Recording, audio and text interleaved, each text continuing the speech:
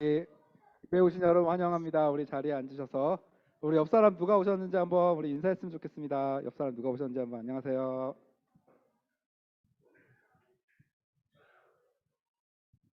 네, 날씨가 참 오늘 좋은 날씨인데 이 또 예배에 나오셔서 어,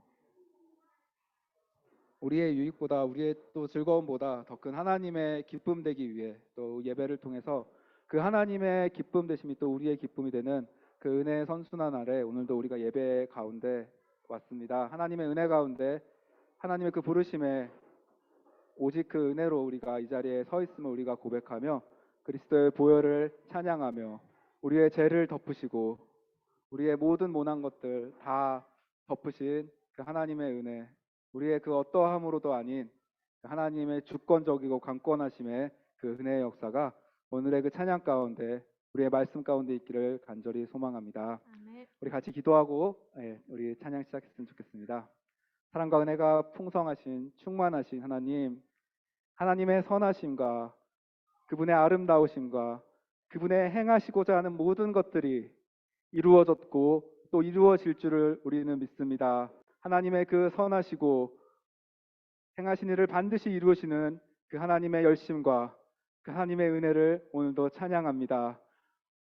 이 더럽고 추하고 여전히 아버지 하나님 우리 가운데 죄의 모습들이 보이지만 그럼에도 불구하고 우리를 의롭다 여기시는 그 하나님의 은혜, 그것은 결코 값싼 것이 아니라 쉬운 것이 아니라 하나님의 놀라운 지혜와 능력과 그리스도의 대속의 사역이 있음을 우리는 고백합니다.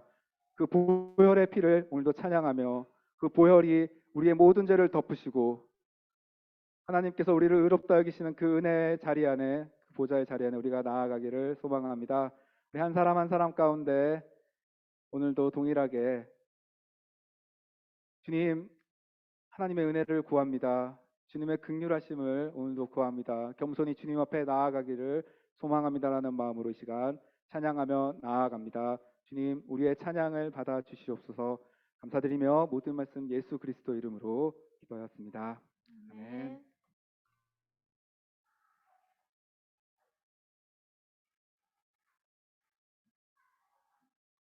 네, 십자가에 볼 그 완전한 사랑을 오늘도 찬양하며 주님 앞에 나아가기를 원합니다. 같이 찬양하겠습니다.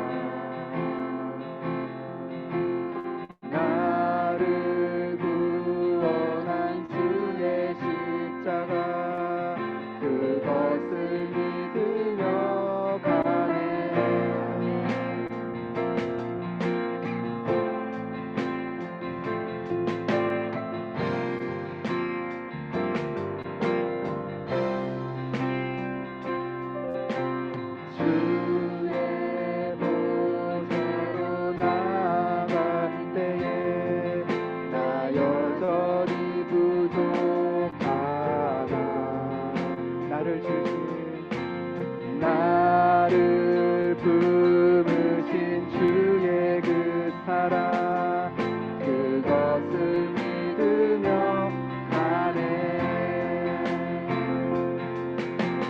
자격 없는 내 힘이 아닌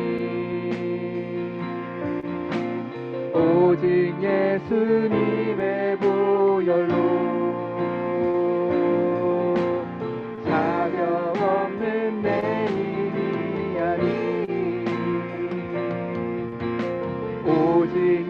예수님의 보혈로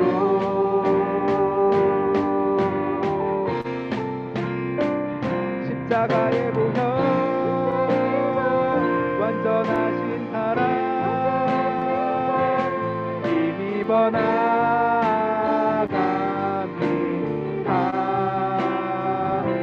십자가의 보혈 완전하신 사랑 힘입어 예배하니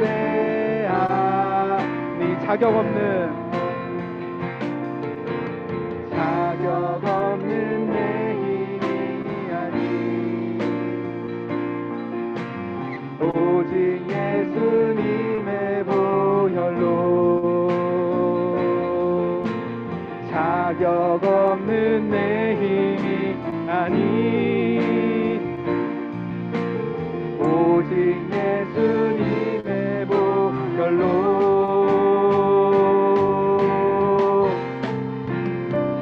십자가의 보혈 완전하신 사랑 힘입어 나아갑니다. 십자가의 보혈 완전하신 사랑 힘입어 예배하 십자가의 보혈 십자가의 보혈 완전하신 사랑 힘입어 예배합니다. 십자가의 보혈 완전하신 사랑 힘입어 예배합니다.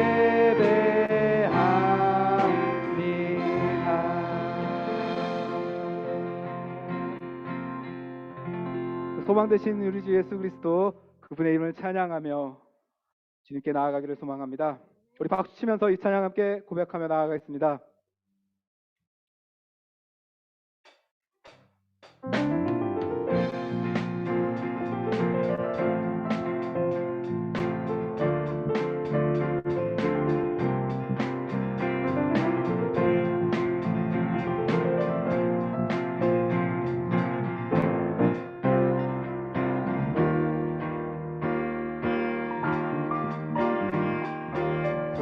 슬픈 마음 있는 사람 예수 이름 믿으면 영원토록 변함없는 기쁨 마음 다시만요. 다시 하겠습니다. 네, 박자 가면서 다시 가보겠습니다. 처음부터. 네, 괜찮습니다.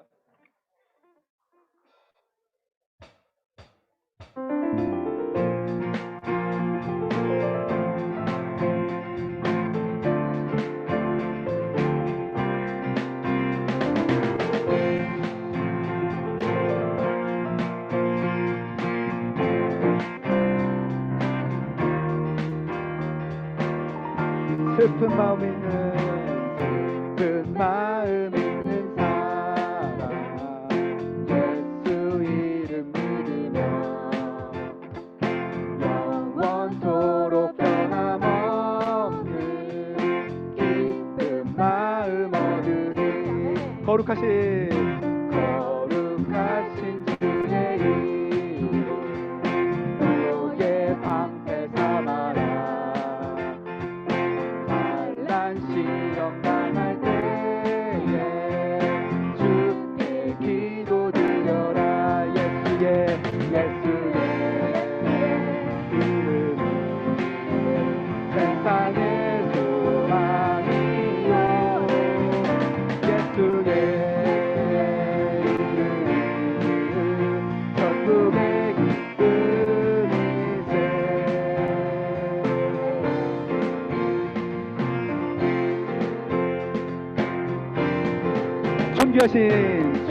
존귀하신 주의 이름 우리 기쁨 되도다. 주의 품에 안길 때에 기뻐 찬송 부르리. 존귀하신 주의 이름 우리 기쁨 되도다. 주의 품에 안길 때에 기뻐 찬송 부르리. 예수의 이름은 세상의 소망이요. 예수의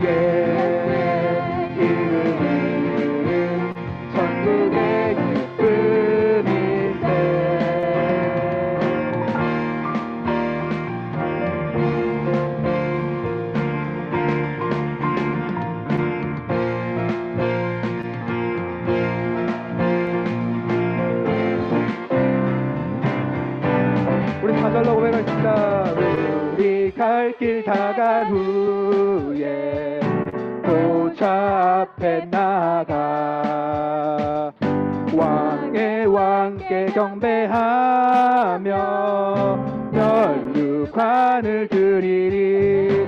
우리 갈 길 다간 후에 보좌 앞에 나가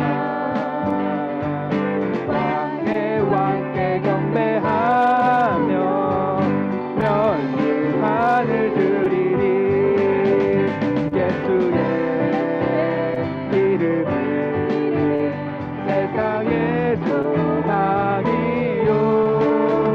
예수의 이름은 천국의 기쁨일세. 예수의 이름은 세상의 소망이요. 예수의 이름은 천국의 기쁨일세.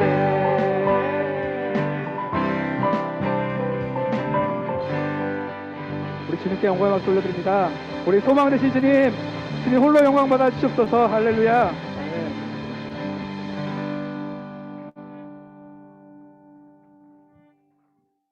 계속해서 이 찬양, 예수보다 더 큰 사랑이란 찬양입니다. 우리의 모든 죄를 씻으시고 세상 그 어떤 능력과 권세보다 강하신 영원하신 그 하나님의 사랑을 우리가 찬양하며 동일하게 나아가겠으면 좋겠습니다.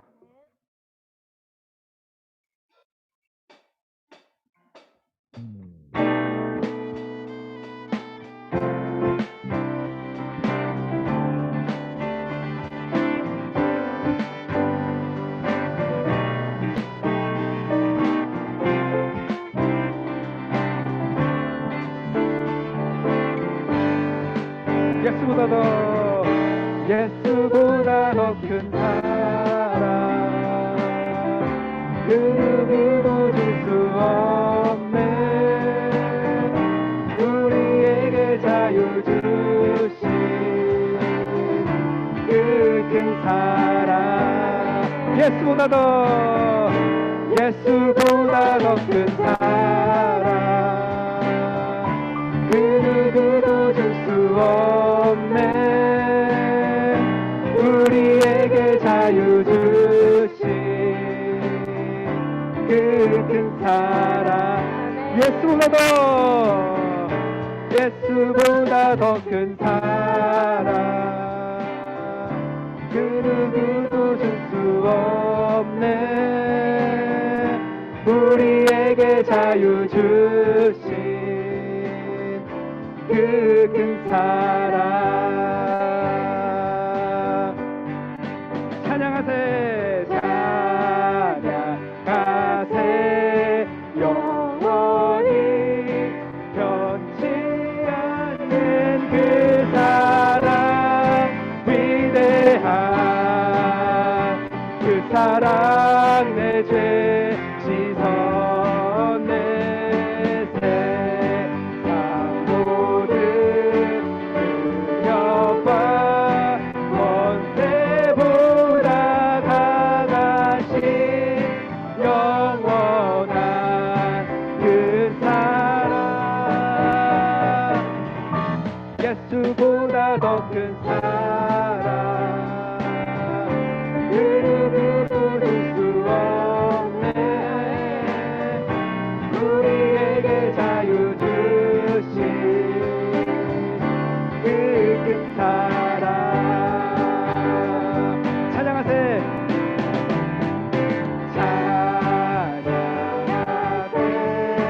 영원히 변치 않는 그 사랑, 위대한 그 사랑. 내 죄 씻어내 세상 모든 능력과 권세보다 강하신 영원한 그 사랑. 예수보다 더 큰 사랑, 그 누구도 줄 수 없네. 우리에게 자유 주신 그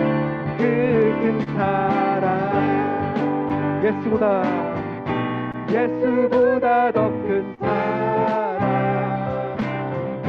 그 누구도 줄 수 없네 우리에게 자유 주신 그 큰 사랑 우리 마지막으로 우리 여러분만 찬양했습니다. 예수보다 더 큰 사랑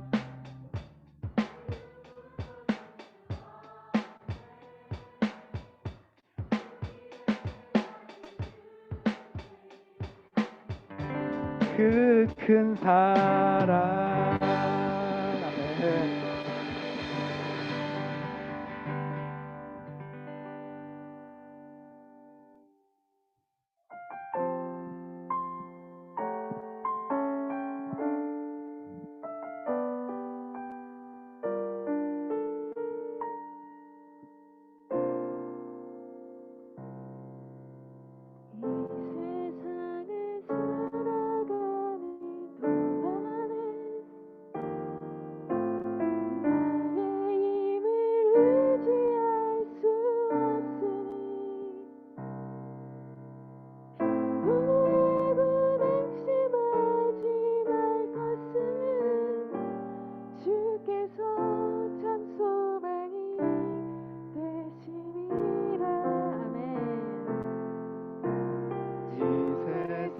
아멘. 살아가는 동안에 나의 힘을 의지할 수 없으니 기도하고 낙심하지 말 것은 주께서 참 소망이 되심이라 하나님의 꿈이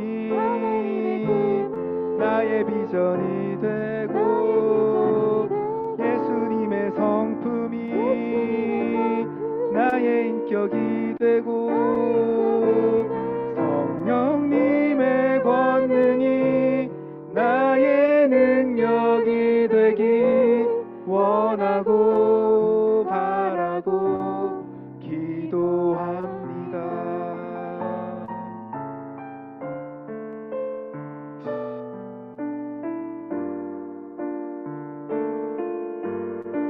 절로 같이 한번 고백하겠습니다. 다시 주의 길을 걸어가는 동안에 세상의 것 의지할 수 없으니 감사하고 낙심하지 말 것은 주께서 참 기쁨이 되심이라 주의 길을 걸어가는 동안에 주의 길을 걸어가는 동안에 세상의 것 의지할 수 없으니 감사하고 낙심하지 말 것은 주께서 참 기쁨이 되심이라 하나님의 꿈이 나의 비전이 되고 예수님의 성품이 나의 인격이 되고 성령님의 권능이 나의 능력이 되기 원하고 바라고 기도합니다. 하나님의 꿈이 나의 비전이 되고 예수님의 성품이 나의 인격이 되고 성령님의 권능이 나의 능력이 되기 원하고 우리 한 번만 더 찬양하며 기도하겠습니다. 하나님의 꿈이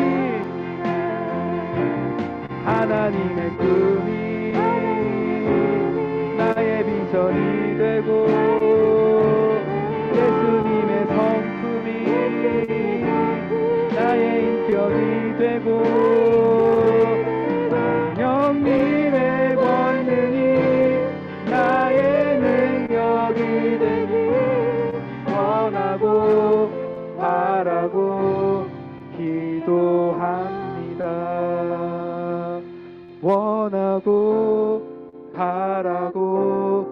기도합니다. 원하고 바라고 기도합니다.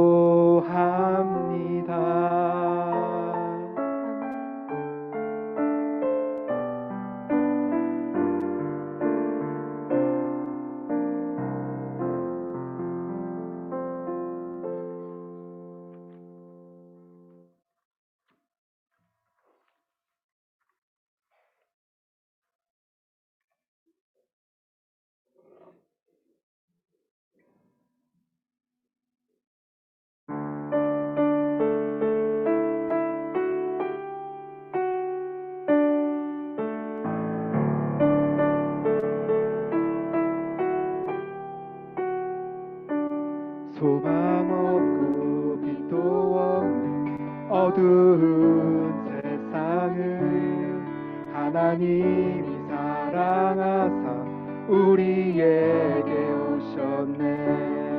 예언하신 약속대로 말씀이 육신되어 하늘 영광 버리시고 이 땅으로 오셨네.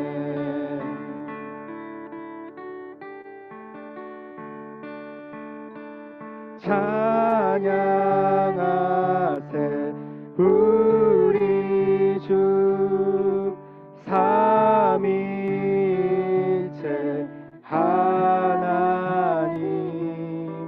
지극히 높으신 주 영원토록 찬양합니다.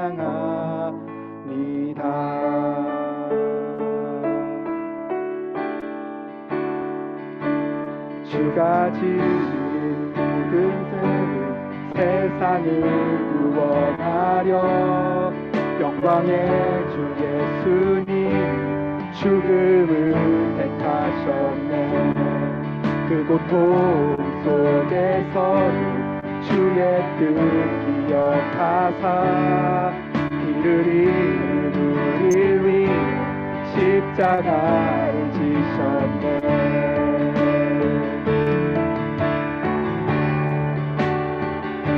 찬양하세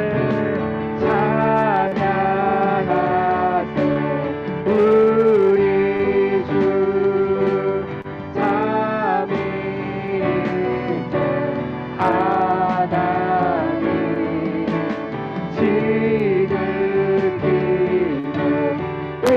높으신 주 영원토록 찬양합니다.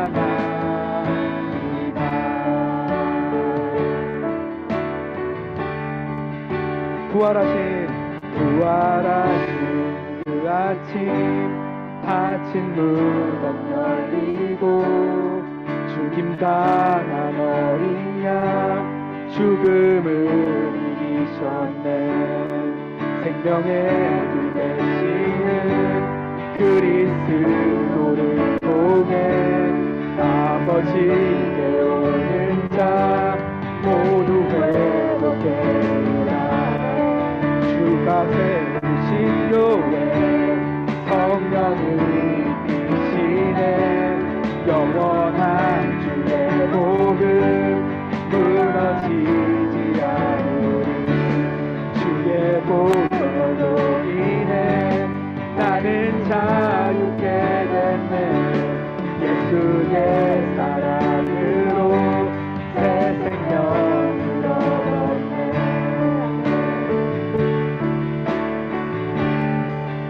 찬양하세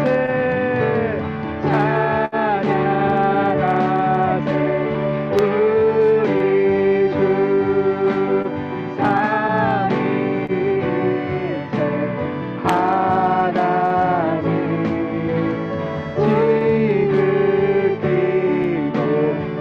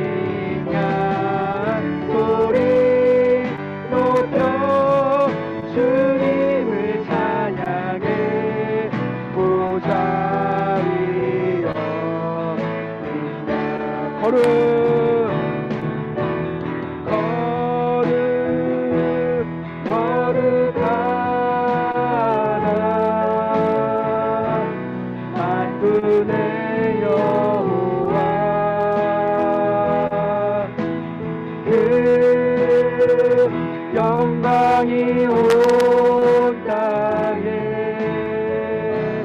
충만하시도다. 거룩하다.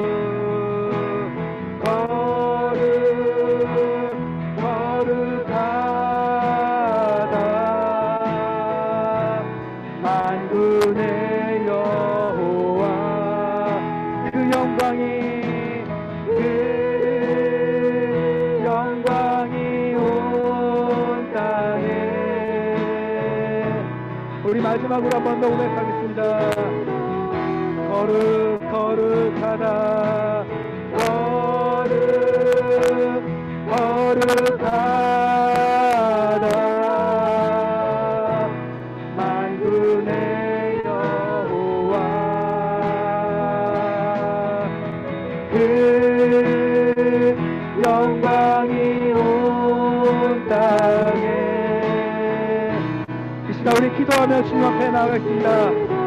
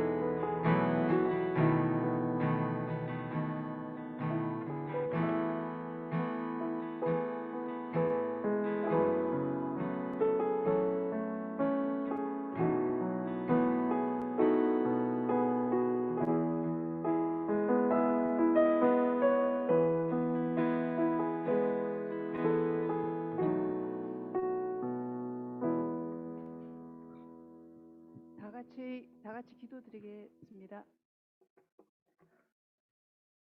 하나님이 지으신 그 모든 것을 보시기에 심히 좋았더라.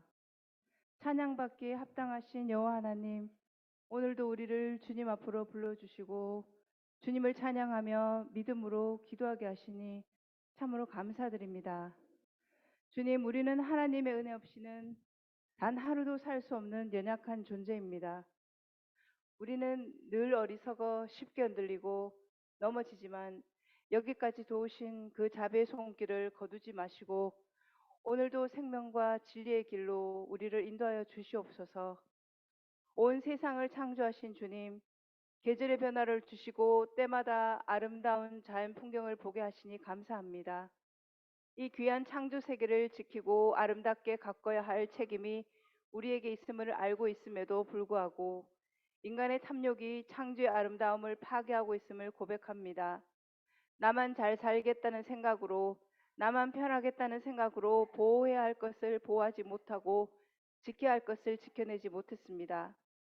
인간의 부족함으로 인해 모든 자연들이 신음하게 되었고 모든 피조물들이 탄식하게 되었습니다.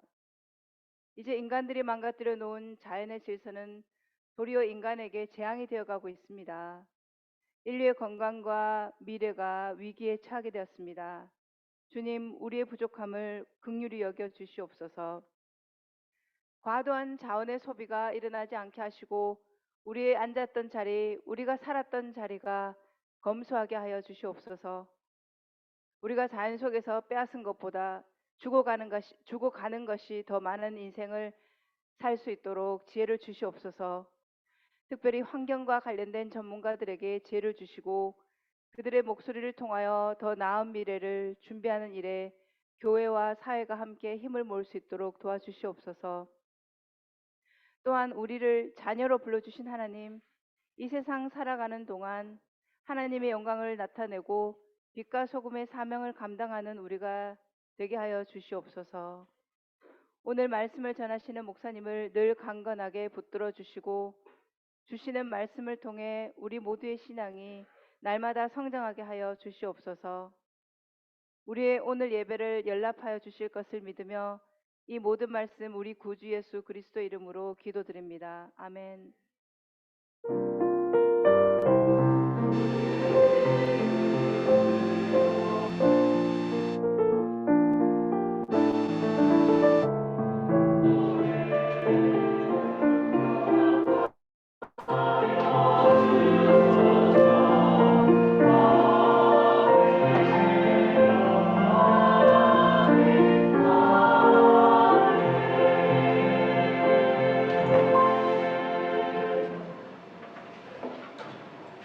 네, 모든 분들을 주님 이름으로 축복하며 환영합니다. 광고 말씀드리겠습니다. 오늘 예배 후에 마리아회 모임 있겠습니다. 아마 옆에 지금 주일학교 유치부 룸에서 모이시는 걸로 알고 있습니다. 마리아 회원들 기억하시고 다 참여해 주시기를 바랍니다. 그다음에 오는 목요일 저녁 운영위원회 모임이 있습니다. 줌으로 7시 30분 저녁에 모임하겠습니다. 캡틴 요원 청소 담당 구역 기억해 주시기를 바랍니다. 오늘 반가운 분 소개해 드리겠습니다. 지난주에 이제 홍콩에서 영국으로 이제 들어오셨는데요. 곽정희 집사님 가정이신데 남편 되시는 우리 시효총 선생님은 지금 7월쯤에 영국으로 들어오신다고 합니다. 슬라의 지인이 지항이 아드님이 2명 있는데 우리 한번 일어나시면 박수로 환영해 주시기 바랍니다. 네, 감사합니다. 네, 감사합니다. 앉아주시기 바랍니다. 네, 영국에 오신 것을 환영합니다. 예배 마치고 간단하게 인사하는 시간을 갖도록 하겠습니다. 이제 말씀을 보겠습니다. 사무엘 상을 읽기 전에 지난 주간에 어버이날이 지나고 또 내일이 이제 스승의 한국으로 치면 스승의 날입니다. 그래서 우리 교회에서 우리 주일학교를 섬겨주시는 우리 목사님, 사모님, 또 집사님들을 위해서 조그마한 그러나 아주 예쁜 꽃을 준비를 했습니다. 우리 목사님 또 사모님, 우리 주일학교 담당하시는 우리 집사님들 앞으로 잠시 나와주시면 감사하겠습니다.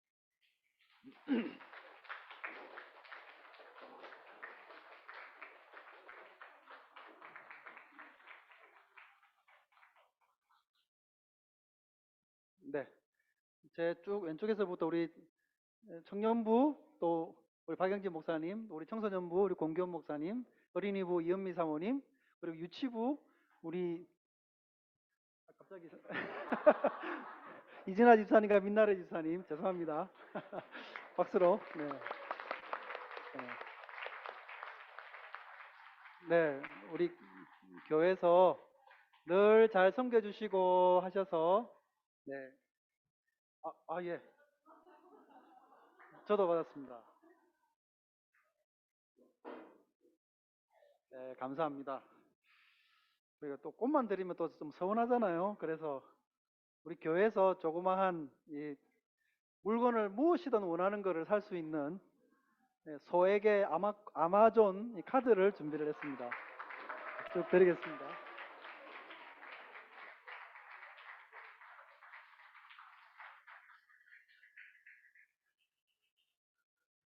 네, 그냥 교회에서 준비한 작은 선물이지만 늘 섬겨주셔서 감사드리고 또 이렇게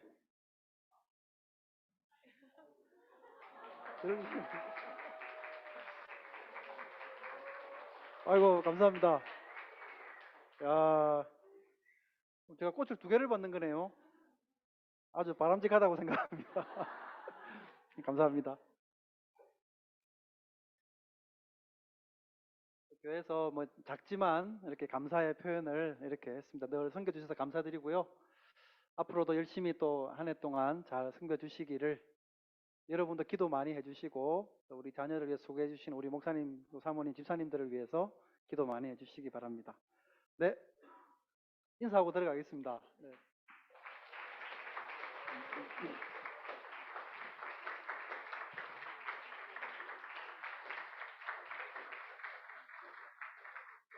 네, 같이 말씀을 보시겠습니다. 사무엘상 3장 15절에서 21절까지 제가 봉독해 드리겠습니다. 사무엘상 3장 15절에서 21절입니다. 1절부터인데 제가 15절부터 읽도록 하겠습니다. 사무엘이 아침까지 누웠다가 여호와의 집의 문을 열었으나 그 이상을 엘리에게 알게 하기를 두려워하더니 엘리가 사무엘을 불러 이르되 내 아들 사무엘아 하니 그가 대답하되 내가 여기 있나이다 하니 그가 이르되 네게 무엇을 말씀하셨느냐 청하노니 내게 숨기지 말라 네게 말씀하신 모든 것을 하나라도 숨기면 하나님이 네게 벌을 내리시고 또 내리시기를 원하노라 하는지라 사무엘이 그것을 그에게 자세히 말하고 조금도 숨기지 아니하니 그가 이르되 이는 여호와시니 선하신 대로 하실 것이니라 하니라. 사무엘이 자라매 여호와께서 그와 함께 계셔서 그의 말이 하나도 땅에 떨어지지 않게 하시니 단에서부터 브엘세바까지의 온 이스라엘이 사무엘은 여호와의 선지자로 세우심을 입은 줄을 알았더라. 여호와께서 실로에서 다시 나타나시되 여호와께서 실로에서 여호와의 말씀으로 사무엘에게 자기를 나타내시니라. 아멘. 비전 찬양대에서 찬양 드리겠습니다.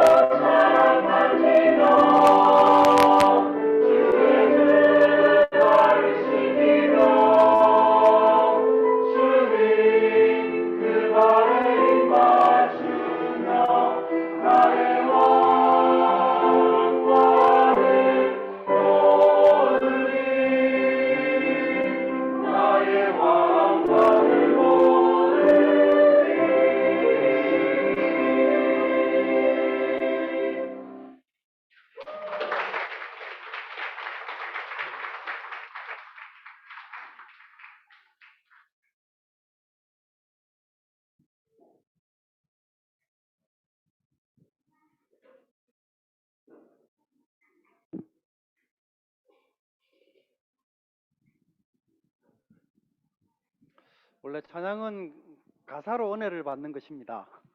네, 찬양대가 실력도 갈수록 이렇게 많이 늘어나시네요. 예, 더 은혜로운 것 같습니다. 감사드립니다. 이제 주일학교 학생들은 이동해 주시기 바랍니다.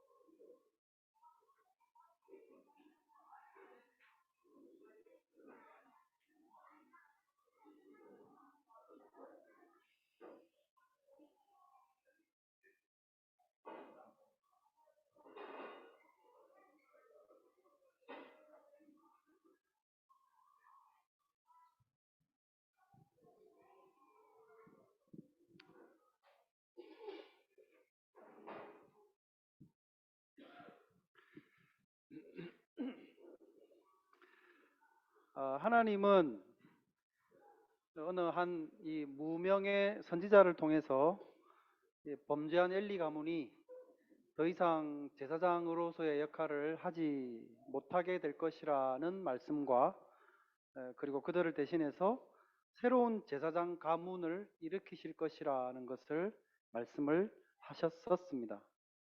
그리고 그 예언의 말씀이 성취된 것은 이 솔로몬 왕 시대 때라고 말씀을 드렸습니다. 다시 말씀을 드리면 그 예언의 말씀이 온전히 성취되기까지는 무려 이때로부터 한 80년 정도가 지나서 그것이 온전히 성취되게 되었다는 이야기입니다. 지금 이 말씀을 듣고 있는 이 상황은 이스라엘에는 왕이 없는 상황이었죠. 그리고 나중에 이 사무엘은 자라서 사울이라고 하는 사람에게 기름을 부어서 왕으로 삼게 될 것입니다. 그리고 그 사울 이후에 다윗이 왕이 되고 그 다윗의 아들인 솔로몬이 이스라엘의 왕이 되면서 이스라엘의 제사장으로 이제 이 엘르아살 가문의 사독을 제사장으로 세움으로써 그 예언이 온전히 성취되게 됩니다. 제사장 가문의 이동은 이와 같이 시간을 제법 상당한 기간을 두고 이제 진행될 것이었지만 오늘 본문에서는 제사장이 아닌 이 선지자의 등장을 오늘 본문이 보여주고 있습니다. 이 사무엘인데요. 이 사무엘에 대한 호칭은 성경에 보면 독특하게도 다양합니다. 그는 왕도 아니었고 당연히 제사장은 사독의 계열이 이어지게 될 것이기 때문에 제사장도 아니었습니다. 그는 성경에 보면 선지자로 불리우기도 하고 사사로 불리우기도 합니다. 실제로 이스라엘의 왕이 등장할 때까지 그 국가의 모든 통치와 관련된 일을 이 사무엘이 이제 담당하게 될 것이기 때문이었습니다. 이제 그 사무엘이 어떻게 이 이스라엘 백성들에게 등장을 하게 되는지를 함께 나누어 보도록 하겠습니다.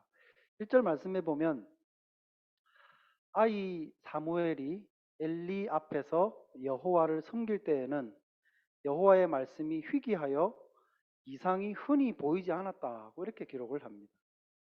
그러니까 사무엘이 지금 성막에서 성장해 가고 있는 이 순간까지 하나님께서 말씀하시는 경우가 매우 드물었답니다. 당연히 그것은 엘리 가문이 하나님께 행해 오던 범죄와 무관하지 않습니다.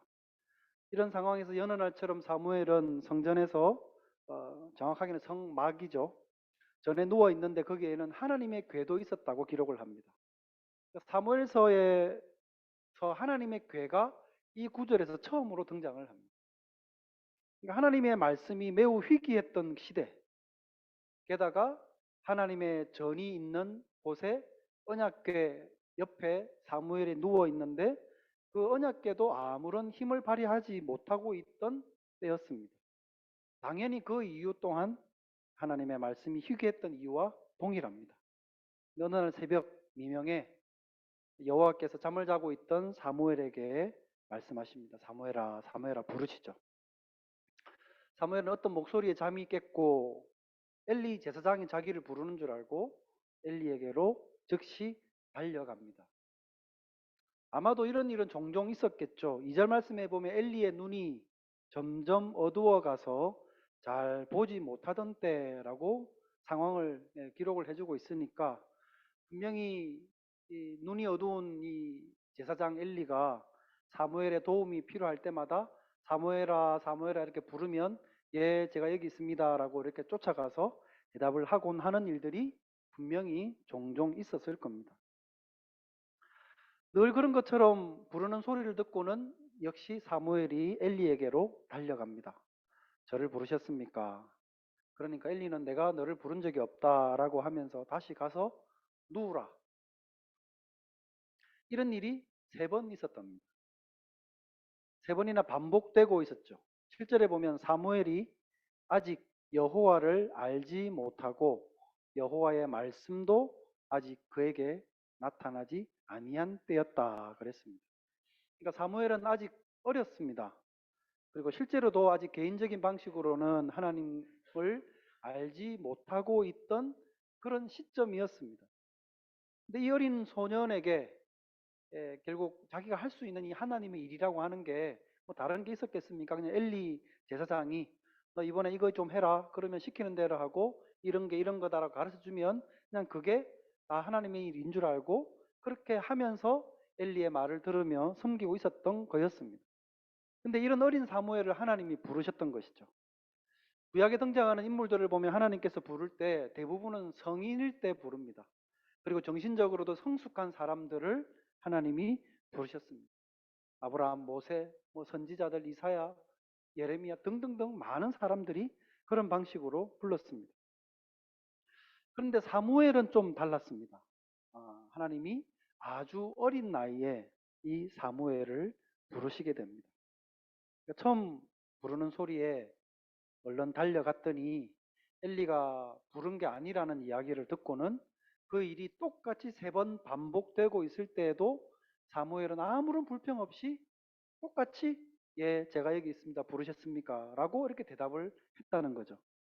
그러니까 아직 어리기는 했으나 이 사무엘이라고 하는 이 아이의 이 성품을 좀 우리가 엿볼 수 있는 대목이라고 저는 생각합니다. 이런 말씀을 들으면서 성경을 읽고 있는 우리들 같은 독자들은 이 아이가 하나님의 전에서 하나님의 말씀을 들을 그리고 받을 준비가 되어져 가고 있구나라는 것을 우리는 느끼게 됩니다. 평소에도 아주 명민했던 이 사무엘이 3번이나 자기에게 와가지고 자기 잠을 깨우니까 그제서야 엘리 제사장은 이게 뭔가 지금 일이 일어나고 있구나라는 생각을 하게 되었습니다. 그리고 그게 어쩌면 하나님의 일과 관련된 것일 수도 있겠다라는 생각을 합니다.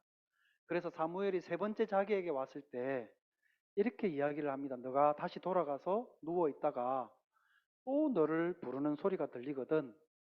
여호와여 말씀하옵소서 주님의 종이 듣겠습니다. 라고 대답을 하라고 일러줬습니다. 엘리 제사장은 과거, 그러니까 아주 오래전 어느 시점에 자기 자신이 하나님의 부르심이 있었을 때 반응했던 그러한 대답을 이 사무엘에게 알려주게 됩니다. 엘리가 일러준 대로 나중에 또 음성이 들리게 되자 사무엘은 대답합니다. 10절에 보면 여호와께서 임하여 서서 전과 같이 사무엘아 사무엘아 부르는지라 사무엘이 이르되 말씀하옵소서 주의 종이 듣겠나이다 라고 대답을 했습니다. 엘리 제사장이 가르쳐 준 대로 대답을 하기는 했지만 근데 사무엘의 대답에 보면 한 가지가 빠진 게 있습니다. 자세히 보면 앞에서 보면 이렇게 말하라 그랬죠.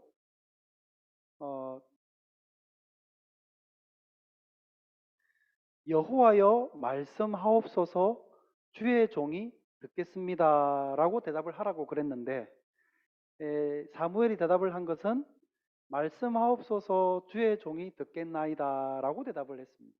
그러니까 여호와여라는 말이 빠진 거죠. 그러니까 사무엘은 자기가 들은 이 음성으로부터 그것이 하나님으로부터 온 것이라는 이 엘리의 말을 듣고도 그것을 충분히 확신을 갖지는 못했던 것 같습니다. 과거의 믿음의 조상들이 그랬던 것처럼 하나님의 부르심을 받았을 때 비슷한 방식으로 하나님께 응답을 하고 반응을 하고 순종적인 응답을 했었지만 사무엘은 아직도 그것이 하나님으로부터 온 부름이신지는 확신을 할 수 없었기 때문에 주님의 이름을 실제로 부르지는 않았습니다. 아직 어리기도 했고 이전에 한 번도 그런 경험을 해본 적이 없는 사무엘로서는 그렇게 하나님의 이름을 부르는 게 좀 두려웠던 것 같습니다. 엘리 제사장이 그렇게 가르쳐 줬음에도 불구하고 여호와의 이름을 부르지 않았다라고 하는 것은 어떤 이 사무엘의 불신앙적인 모습이라기보다는 이 사무엘의 좀 이 신중함이라고 보는 게 더 맞을 것 같습니다. 왜냐하면 그의 다른 대답에 보면 철저하게 순종적인 자세로 하나님의 부르심에 반응을 하고 있기 때문에 그렇습니다. 근데 그 부르는 음성이 하나님이신가에 대해서는 조금 더 기다려 보기로 합니다. 이 부르심에 응답한 사무엘에게 하나님이 말씀을 하십니다. 3장 12절에서 14절 말씀에 보면 내가 엘리의 집에 대하여 말한 것을 처음부터 끝까지 그 날에 그에게 다 이루리라. 내가 그의 집을 영원토록 심판하겠다고 그에게 말한 것은 그가 아는 죄악 때문이니 이는 그가 자기의 아들들이 저주를 자청하되 금하지 아니하였음이니라. 그러므로 내가 엘리의 집에 대하여 맹세하기를 엘리의 집의 죄악은 제물로나 예물로나 영원히 속죄함을 받지 못하리라 하였노라 하셨더라고 하나님이 말씀을 하시는 거죠. 하나님이 주신 메시지의 내용을 가만히 보면 참 가슴 아픕니다. 사무엘로서는 하나님으로부터 그야말로 그 생애에 처음으로 듣는 하나님의 메시지인데 그 메시지라는 게 자기가 지금 섬기고 있는 엘리 제사장 가문의 몰락에 대한 메시지를 하나님이 지금 주고 계신다는 거죠. 그러니까 사무엘로서는 참 곤란하지 않았겠습니까? 다음 날 되면 분명히 엘리 제사장이 자기에게 하나님이 너에게 뭐라고 말씀하시더냐라고 분명히 물을 텐데 그 내용이 지금 질문하는 엘리 제사장 가문의 몰락에 대한 내용이니 그를 면전에 두고 어떻게 이런 이야기를 할 수 있었겠습니까? 그 다음 날이 되었고 정말로 사무엘이 피하고 싶었던 시간이 왔습니다. 예상했던 대로 엘리 제사장이 자기를 불러서 어제 하나님이 너에게 뭐라고 그러시더냐라고 묻습니다. 그는 사실대로 말하지 않을 수 없어서 자기가 들었던 그대로 엘리 제사장에게 이야기를 합니다. 여러분, 이 말을 들은 엘리 제사장의 마음이 어땠을 것 같으십니까? 아주 오랫동안 하나님은 침묵하고 계셨다라고 앞에서 말씀을 했습니다. 비록 아들들의 죄를 묵인하기는 했었고 그들의 죄에 슬쩍 함께 동참하기는 했지만 그래도 엘리 제사장은 아들들만큼은 아니었습니다. 어찌됐든 간에 성막에서 백성들을 섬기고 제사와 하나님의 일을 하면서 자기의 평생을 다 그렇게 보내왔던 인생 아니겠습니까? 그런데 그 하나님께서 아주 오랜 세월의 침묵을 깨고 말씀을 하시는 것 같은데 그게 지금 제사장인 자기에게 말씀하시는 게 아니라 이 아이에게 하나님이 말씀하고 계시는 것 같다는 거죠. 그리고 이 사무엘에게 하나님이 너를 또 부르시거든 너는 이렇게 이렇게 답해라 라고 이야기를 일러주기는 했으나 이 엘리 제사장의 마음에는 얼마나 깊은 이 회한 같은 게 들었겠습니까? 근데 사무엘에다가 질문을 해서 그 하나님이 말씀하신 메시지의 내용을 들으니까 더더욱 가슴 아픈 거죠. 이미 이전에 여러분 말씀에서 보셨던 것처럼 무명의 선지자가 와가지고 이 엘리 제사장 가문이 그들의 죄로 인해서 몰락하게 될 것이라는 것을 이미 메시지를 들었던 터였습니다. 근데 이 사무엘에게 또다시 그 메시지를 한 번 더 듣게 된 것이죠. 자기의 죄를 모르지는 않지만 그럼에도 제사장 엘리의 마음은 또다시 무너졌을 것이라 생각합니다. 저는 여기서 우리가 잊지 말아야 될 것이 있다고 생각합니다. 우리가 엘리와 마찬가지로 이 땅의 삶을 정리하고 떠나야 되는 그런 시점이 우리에게도 오지 않겠습니까? 그리 멀지 않는 미래에 그런 날은 우리에게도 닥칠 겁니다. 그럴 때 엘리 제사장처럼 하나님께 그렇게 헤아림이 되는 삶을 살아서는 안 되겠다는 겁니다. 그러니까 우리는 살다 보면 지나고 나서 후회하게 된 일들이 참 많지 않습니까? 그런데 우리의 이 신앙의 삶이 이런 방식으로 끝나지 않기를 우리는 이 말씀들을 보면서 잠시 멈추어 서서 생각해보고 새기고 기억을 해야 될 것이라 그렇게 생각합니다. 이렇게 엘리 제사장의 사역은 결말을 향해 가고 있긴 했지만 그러나 아직 끝난 것은 아니었습니다. 아직 사무엘은 어렸고 이 어린 사무엘이 하나님의 사역을 제대로 감당하는 사람으로 세워지기까지 제사장 엘리는 자기의 쓰임이 남아 있었기 때문이었습니다. 이 사실은 오늘날 자기 자신의 쓰임새가 다 했다고 느끼는 사람들에게 큰 용기를 준다고 생각합니다. 노년의 제사장으로서 더 이상 자기에게 말씀하지 않는 그야말로 퇴물 같은 그런 존재가 되어 버렸다는 자괴감이 들지 않겠습니까? 그래도 아직 세대 교체를 위해서 자기가 해야 될 일이 남아 있다는 그 사실로 인해서 어찌 보면 약간의 위안을 받았을 수도 있습니다. 세대는 그렇게 흘러가는 것 같습니다. 누군가 한 시대를 풍미했다고 그러면 그 시간의 흐름은 어김없이 또 다른 사람을 그 필요한 쓰임새를 위해서 그 자리로 부르는 것 같습니다. 그렇게 다음 세대가 일어나면 앞서 있었던 이전의 세대는 그렇게 조용히 역사의 뒤안길에서 사라지게 되는 것이죠. 그것을 보면서 우리가 뭐 아쉬워할 것도 없고 절망할 일도 아니라고 생각합니다. 세대는 그렇게 흘러가는 것이니까 필요할 때 우리가 일할 수 있을 때 내가 나의 몫을 다 했다고 한다면 그것으로 충분한 것 아닐까 생각합니다. 그래서 우리는 성경에 보다 보면 성경에 나와 있는 아주 멋진 세대 교체의 예를 찾아볼 수 있습니다. 여러분이 잘 아시는 모세와 그를 이은 여호수아 에로의 세대 교체입니다.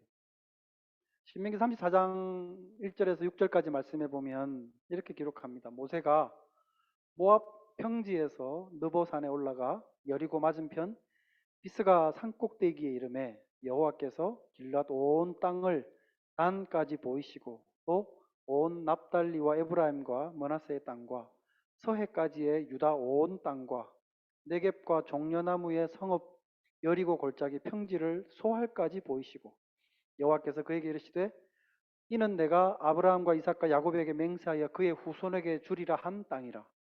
내가 너의 눈으로 보게 하였거니와 너는 그리로 건너가지 못하리라 하시매 이에 여호와의 종 모세가 여호와의 말씀대로 모압 땅에서 죽어 벳볼 맞은편 모압 땅에 있는 골짜기에서 장사되고 오늘까지 그의 묻힌 곳을 아는 자가 없느니라고 기록을 합니다. 하나님의 부르심을 받아서 애굽 왕에게 찾아가서 백성들을 내놓으라 한 이후로부터 그렇게 애굽에서 백성들을 구출해 내었고 그 이후로 40년이나 되는 세월을 이 백성들과 광야에서 동고동락을 하면서 그렇게 가나안 진입을 눈앞에 두게 되었습니다. 근데 이 시점에서 하나님께서 모세에게 말씀을 하시는 거죠. 너는 가나안에 들어가지는 못할 거다라고 말씀을 하시는 겁니다. 그리고 말씀해 보면 거기서 그는 생을 마감하게 되었고 사람들은 그가 묻힌 곳이 어딘지도 모르는 곳에 장사되었답니다. 이스라엘 역사에서 사실 모세만큼 그가 했던 일에 비하면 정말 위대한 일을 사실 하지 않았습니까? 근데 그가 했던 일에 비하면 그의 마지막은 너무나 초라해 보입니다. 성경에 보면 방금 읽었던 말씀에도 보면 그의 죽음에 대해서 하나님께서 말씀을 하신 이후에 모세가 그것에 대해서 어떤 반응을 보였는가에 대해서는 기록을 하고 있지 않기 때문에 우리는 잘 알지는 못합니다. 근데 적어도 우리가 알 수 있는 것은 성경은 이 모세의 마지막에 대해서 화려한 은퇴식을 해준다라거나 그동안에 그의 업적을 치하하는 방식으로 기록을 하고 있지 않더라는 거죠. 심지어는 다른 조상들처럼 그가 묻힌 무덤이 어디인지도 모르게 하셨답니다. 저는 여기에 분명히 하나님의 뜻이 반영되어 있다고 생각합니다. 어쩌면 그렇기 때문에 모세가 하나님이 주셨던 많은 임무들을 잘 수행해 왔다는 것을 방증하는 게 아닌가 하는 생각이 듭니다. 그의 위대한 업적 때문에 사람들은 그의 무덤이 있었다고 한다면 그 무덤을 바라보면서 그를 칭송하는 것을 넘어서 사람들이 보였던 습성상 우상화할 가능성도 있기 때문입니다. 그래서 모세의 무덤의 위치는 더더욱 사람들이 몰라야 했을 겁니다. 그의 활약이 너무나 컸던 만큼 더더욱 모세의 이름은 백성들의 기억에서 지워져야 했던 것 같습니다. 그리고 하나님께서는 백성들의 새로운 지도자로 여호수아를 세우십니다. 여호수아는 자기가 하나님의 인도하심을 받아 백성의 지도자로 선다는 것이 스스로 너무나 두려움이 느껴질 정도로 많이 자질이 부족하다고 생각을 하고 있었지만 하나님께서는 모세와 함께 오랜 세월을 보내면서 하나님을 의지했던 이 여호수아가 이스라엘 백성들의 적합한 지도자라고 하시면서 그를 격려하고 세우시게 됩니다. 여호수아에게는 여전히 험난한 길이 남아 있습니다. 여호수아는 이 백성들을 이끌고 아직 점령하지 못한 가나안 땅을 점령해야 되는 정복 전쟁을 해야만 했습니다. 모세가 살아있는 동안에는 오랜 세월 가나안으로 인도하는 이 여정까지의 여정을 함께 보냈다고 한다면 이제는 가나안 땅을 정복하기 위한 여정이 백성들에게 남아 있었습니다. 그렇게 세대 교체는 이루어졌고 여호수아는 모세 못지않게 이스라엘 백성들을 훌륭하게 이끌어가게 됩니다. 그가 그렇게 할 수 있었던 것은 역시 모세만큼이나 하나님의 인도하심을 철저하게 의지하고 구했기 때문이었습니다. 저는 하나님의 공동체는 이러해야 한다고 생각합니다. 그것이 이스라엘이라고 하는 민족 신앙 공동체이든 오늘날 교회이든 마찬가지입니다. 하나님의 공동체는 언제 누가 무슨 일을 했느냐가 중요한 게 아니라 그 공동체가 하나님을 의지했느냐가 중요하죠. 그리고 실제로 하나님께서 그들과 함께 하셨느냐가 중요합니다. 앞으로 우리 교회도 이런 방식으로 분명히 세대 교체가 조금씩 일어나겠죠. 성장해 오고 있는 아이들이 있고 또 섬기고 있는 분들이 있고 많은 분들이 여러 모양으로 각각의 맡은 역할을 함으로써 이 공동체가 예배 공동체로 세워지고 있습니다. 그리고 시간이 지나면 자연스럽게 새로운 섬김의 손길들이 일어나게 될 것입니다. 거기서 우리가 상실감을 가질 필요도 없고 박탈감을 가질 필요도 없습니다. 우리가 가져야 되는 관심은 우리 교회가 하나님의 말씀에 입각해서 세워져 가고 있는가에 있어야 한다는 것이죠. 그것을 위해서 내가 쓰임이 되었다고 한다면 그것으로 족한 것입니다. 그래서 우리는 늘 민감해야 됩니다. 신앙의 모양새는 갖고 있지만 성경의 가르침에서 벗어난 가르침들이 우리 가운데 없는지, 그러한 거짓된 것들이 없는지 또는 들어오지 않도록 늘 우리는 주시해야 됩니다. 불신앙적인 요소가 교회를 흔들지 못하도록 해야 됩니다. 열광하는 듯 종교적 열심은 갖고 있는 것 같은데 하나님께 대한 실질적인 삶의 헌신은 없는 그런 이 빈 껍데기만 그럴싸하게 갖고 있는 우리 자신을 늘 경계해야 됩니다. 우리끼리 있을 때는 그게 잘 드러나지 않습니다. 그리고 드러나더라도 변명과 핑계를 얼마든지 할 수 있습니다. 근데 여러분 그거 아십니까? 그런 우리가 하나님 앞에도 서게 된다는 것을 말입니다. 우리는 그것을 기억해야 되겠습니다. 다시 본문 말씀을 보겠습니다. 이 모든 내용을 들은 이 엘리가 이렇게 대답을 합니다. 말씀하신 분이 여호와시니 선하신 대로 하실 것이라. 말씀하신 분이 여호와시니 선하신 대로 하실 것이라. 한 무명의 선지자를 통해서 들었던 그 메시지를 사무엘을 통해서 또다시 듣게 된 엘리는 하나님을 경외하는 마음으로 그 메시지 앞에 무릎을 꿇게 되는 것이죠. 하나님으로부터 온 것이라고 한다면 그것은 무조건 옳은 것이다 라는 생각을 갖고 있습니다. 이것으로 두 사람의 역할은 바뀌게 되었습니다. 예전에는 사무엘이 아직 어리고 또 불확실했기 때문에 엘리 제사장의 가르침과 가이드를 받아야 했습니다. 하지만 이제 엘리는 여호와의 말씀을 박탈당했고 그 하나님의 말씀은 사무엘에게 주어집니다. 아직도 어리고 순수한 이 사무엘은 이제 말씀을 통해서 권위를 얻게 되고 늙고 비둔했던 엘리는 사무엘에게 전적으로 의존해서 하나님의 말씀을 듣게 되었습니다. 기쁜 일이기도 하지만 또 한편으로 슬픈 일이기도 합니다. 지금까지 말씀에서 우리가 봤듯이 3장 1절에서 19절까지의 말씀의 초점은 이 엘리에 대한 최종적인 심판과 선포에서 끝나는 것이 아닙니다.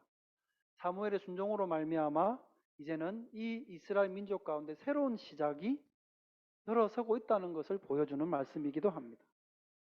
이전에는 말씀이 희귀해서 더 이상 이상이 보이지 않던 그런 시대에서 하나님께서 말씀하시고 그 말씀을 온전히 받는 새로운 시대가 열리게 된 것입니다. 19절 말씀해 보면 여호와가 사무엘과 함께 있었다고 말씀합니다. 여러분, 사무엘에게 이것 이상 필요한 게 뭐가 있겠습니까?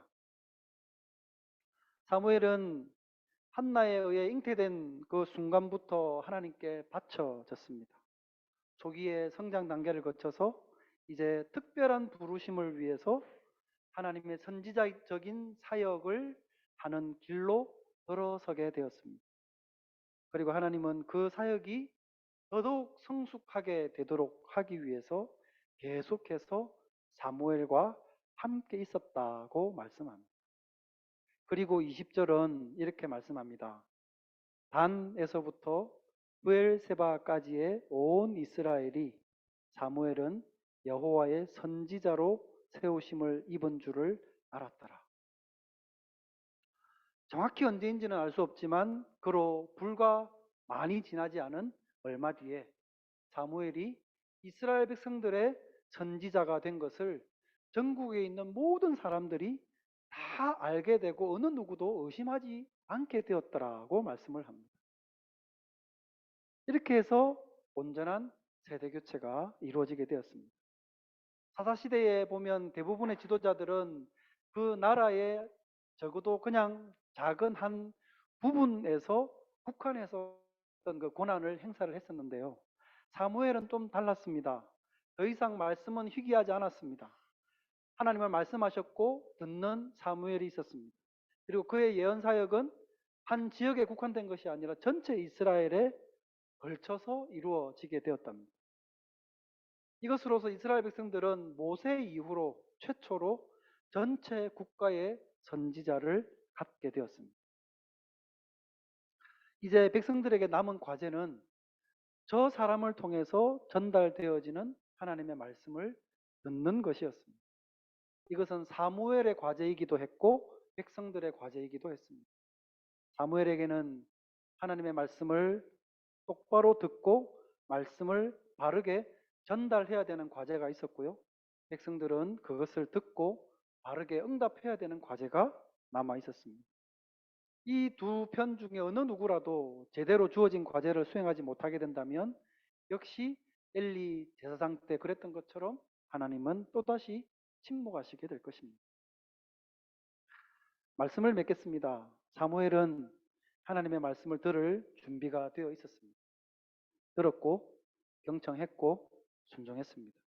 그리고 하나님은 더 풍성하게 말씀하셨습니다. 여러분은 말씀을 지속적으로 듣고 계십니까? 지금 우리들에게도 하나님의 말씀인 성경이 주어져 있습니다. 여러분 그 말씀에 귀를 기울이시기를 바랍니다. 성경은 손에 끼고 다닌다고 들리는 것도 아니고 핸드폰에 아주 핸디하게 성경 앱을 잘 깔아 놓는다고 성경 말씀이 들리는 것도 아닙니다. 펼쳐서 읽어야 됩니다. 마음을 다해서 귀를 기울여야 됩니다.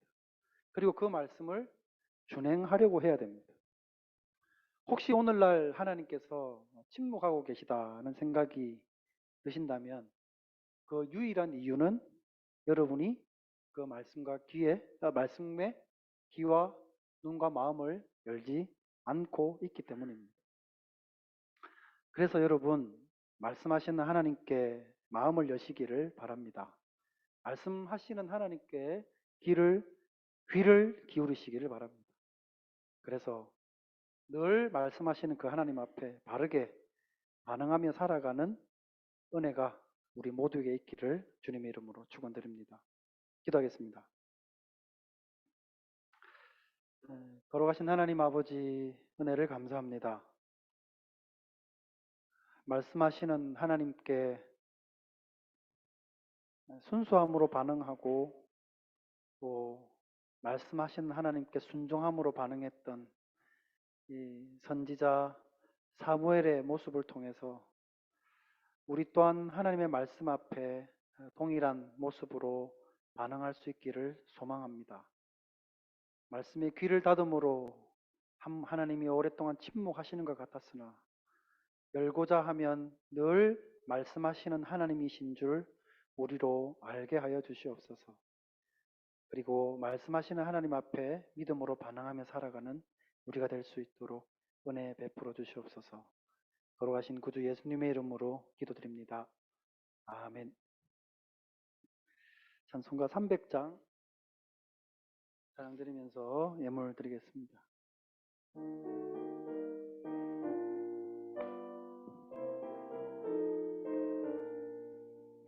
내 몸이 낙심되며 눈물에 눌릴 때 주께서 내게 오사 위로해 주시네. 가는 길 캄캄하고 괴로움 많으나 주께서 함께하며 내 짐을 지시네. 그네가 내게 족하네. 그네가 족하네. 이 괴로운 세상 지날 때 그네가 족하네. 희망이 사라지고 친구 날 버릴 때 주께 계속 사귀며 새 희망 주시네. 싸움이 맹렬하여 두려워 떨 때에 승리의 왕이 되신 주 음성 들리네. 그네가 내게 족하네. 그네가 족하네. 이 괴로운 세상 지날 때 그네가 족하네. 번민이 가득 차고 주 나의 곁에 오사 위로해 주시네. 환난이 닥쳐와서 어려움 당할 때 주님의 능력이 원수를 이기네. 그네가 내게 족하네. 그네가 족하네. 이 괴로운 세상 지날 때 그네가 족하네. 기도드리겠습니다. 걸어가신 하나님, 오늘도 말씀하시는 하나님 앞에 마음을 열고 귀를 열어 그 말씀을 듣게 하시고 말씀 앞에 믿음으로 반응하는 우리가 되게 하여 주시옵소서. 이 세대를 살아가면서 불신앙적인 요소들을 잘 배척할 수 있도록 하나님을 온전히 경외하며 살아갈 수 있도록 우리가 맡은 바 일들을 충성되이 잘 감당할 수 있도록 또한 다음 세대가 일어날 때 기쁨으로 그 세대를 일으키며 또 하나님의 영광을 바라보며 함께 기뻐할 수 있는 우리가 될 수 있도록 은혜 베풀어 주시옵소서. 이 시간 들어진 예물을 축복하여 주시고 우리의 삶 가운데 하나님의 은혜로 말미암는 감사가 늘 넘치게 하시며 이 물질이 합당한 곳에 사용되어지고 주님의 영광만 나타나게 하여 주시옵소서. 구주 예수 그리스도의 은혜와 하나님의 사랑과 성령의 교통하심이 오늘도 하나님의 말씀 앞에 온전한 믿음의 사람으로 서기 소망하는 우리 모든 성도님들 머리머리 위에 이제로부터 영원토록 함께 계실지어다. 아멘.